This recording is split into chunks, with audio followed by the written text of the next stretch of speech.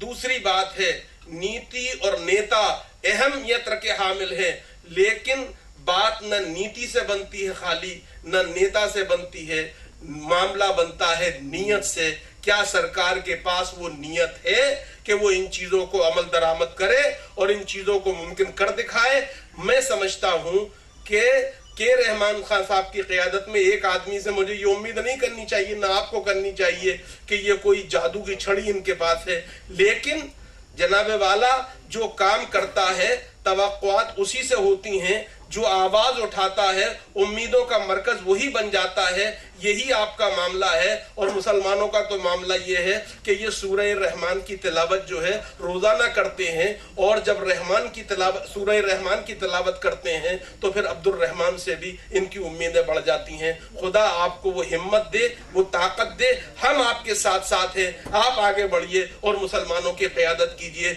मुझे खुशी है कि पहली दफा आजादी के बाद डॉक्टर अब्दुल जलील फरीदी के लिए जो अलकाब इस्तेमाल किया गया था वो आपके लिए इस्तेमाल किया गया है, कायदे मिल्लत का। मैं समझता हूं अगर आपने ऐसा किया तो ये मिल्लत की बड़ी खिदमत होगी, इसका अजर अजीम होगा। और आज यहाँ स्टेज पर और हॉल में मौजूद उलमाए कराम और मुफ्तियान दीन और शर मतीन जो हैं, इनकी मौजूदगी इस बात की दलील है कि इन्हें बड़ी उम्मीदें हैं। मैं एक दफा फिर मुफ्ती महफूजुर रहमान उस्मानी और उनके रुफ़क़ा को मुबारकबाद देता हूँ और उनका शुक्रिया अदा करता हूँ। मुझे उम्मीद है कि काली रात का सफर खत्म होगा, सुबह जरूर आएगी और हिंदुस्तान के अंदर हम एक दफा फिर अपने शानदार माजी की बादियाफ्त भी करेंगे और इस मुल्क की तामीर और तरक्की में हमारी नई नस्ल को भी पूरी तरह से भागीदारी मिलेगी। हम भागीदारी चाहते हैं, भीख नहीं चाहते, हम शिरकत चाहते हैं, रियायत नहीं चाहते, और ये हमारा हक है जो हम लेकर रहेंगे। बहुत बहुत शुक्रिया। माशाअल्लाह, इजलास का माहसल और इस इजलास के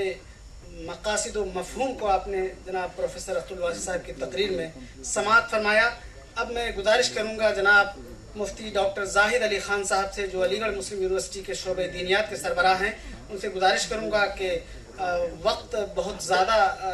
हो गया है और बहुत सारे लोगों को हमें सुनना है, इसलिए वक्त का ख्याल रखते हुए अपने ख्यालात का इजहार फरमाएं।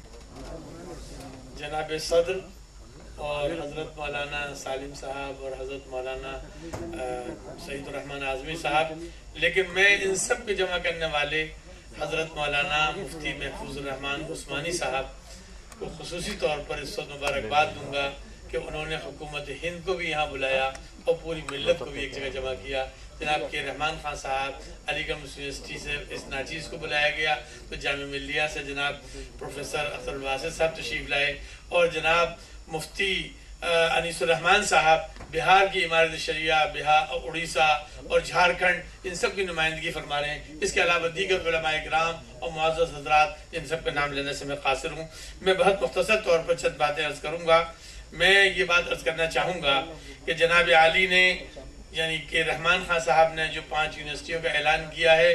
वो नहायत खुशाइंद है, और इसकी हम लोग न सिर्फ तायीद करते हैं बल्कि उन्हें मुबारकबाद भी देते हैं और ये दुआ करते हैं कि अल्लाह तबारक व तआला उनके इरादे को कामयाबी की मनाजिल तक पहुँचाए और दुश्मनों की साजिशों से उसको नाकाम बनाए। लेकिन एक छोटी सी दरख्वास्त है कि हम जैसे यूनिवर्सिटी के पढ़ाने वाले लोगों के लिए हलवे का और